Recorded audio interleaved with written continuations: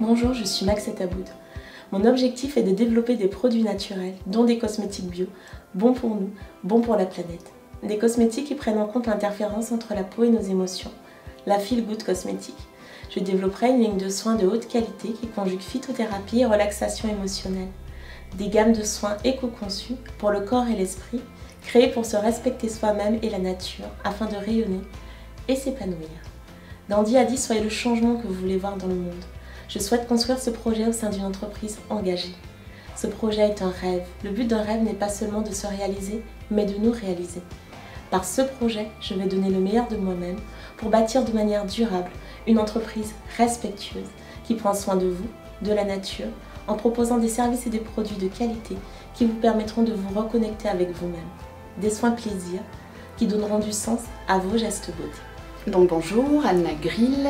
Je me lance dans une activité de conseil à destination des entreprises, donc de conseil sur la gestion des déchets et leur réduction, puisque les entreprises produisant des déchets, ceux-ci représentent un coût, mais sont aussi finalement un levier de performance économique à travers la réduction de ces coûts et également une façon en fait de réduire leur impact environnemental en revoyant complètement leur système de gestion de déchets.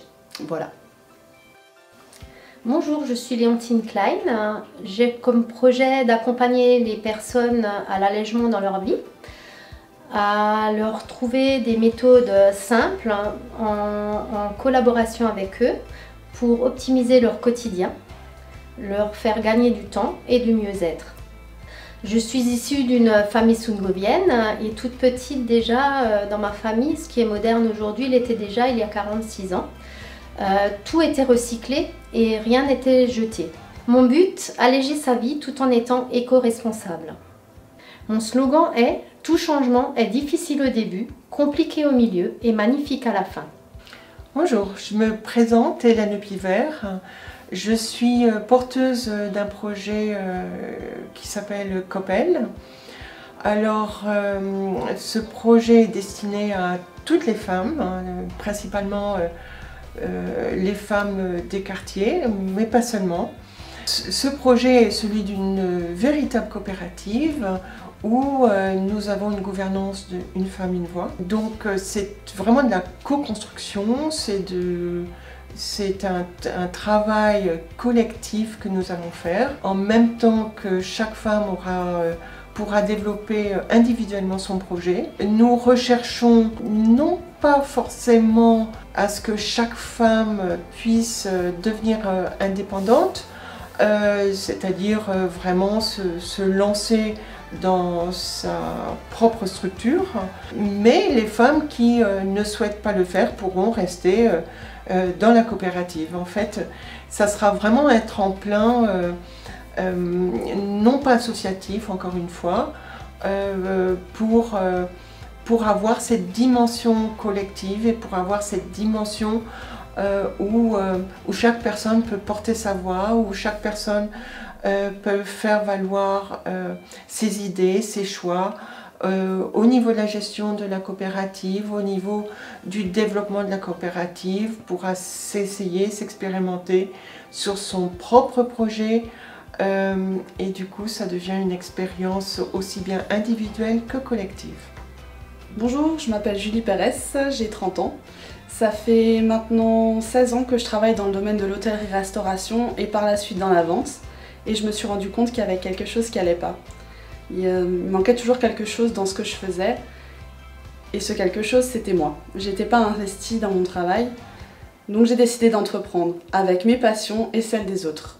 Je souhaite implanter à Mulhouse un speakeasy, entendez par là les bars clandestins inspirés de la prohibition aux États-Unis pendant les années folles, dédiés au spectacle vivant, sous la forme de scènes ouvertes et d'improvisation artistique, une manière de nous trouver pour vous révéler.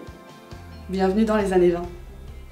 Bonjour, Sonia Ravin, je suis consultante en image et mon métier consiste à mener les hommes et les femmes à donner le meilleur d'eux, à faire preuve de bon sens et à donner du sens à leur vie, dans le respect du corps, avec intégrité et bienveillance. C'est tout naturellement que j'ai souhaité créer une marque de vêtements. Cette entreprise, je l'imagine à Mulhouse, à Mulhouse car c'est un réel vivier de créativité. Je l'imagine à Mulhouse également car, de par son histoire, Mulhouse a la possibilité de se réconcilier avec son passif et de mettre en avant son savoir-faire. Cette marque de vêtements, je la souhaite écologique, éthique, éco-responsable, sociale et élégante. J'y crois, croyez-y avec moi. Bonjour, je suis Roselyne Théron. Mon objectif, c'est de proposer à des régions que j'aime, dans l'Est de la France, le tourisme qu'elles méritent et dont elles ont besoin, en créant une agence de voyage en ligne qui s'appelle France Voyage Authentique. L'objectif, c'est de proposer des vacances entièrement sur mesure sur les thématiques art de vivre, nature et culture à des touristes européens qui sont sensibles comme moi au développement durable et à un tourisme respectueux de l'environnement, respectueux des populations, afin que tout le monde soit gagnant. Les territoires, les acteurs socio-économiques du tourisme, les clients qui sont heureux et qui repartent avec une belle impression de la France, et moi qui en vivrai. Voilà. Bonjour, Nathalie Sabi. Je vous présente le projet Enjoy in Hostel. C'est un projet d'hébergement touristique, responsable et participatif sur Mulhouse qu'on souhaite développer. La particularité de cet hébergement, c'est son aspect lieu de vie et de rencontre entre les touristes et les habitants, vraiment promouvoir une convivialité et une expérience inédite pour les touristes. Et l'autre caractéristique, c'est l'éthique environnementale qu'on souhaite mettre en place, vraiment faire une auberge éco-responsable. Donc c'est valoriser les circuits courts, les producteurs locaux et proposer une alimentation saine.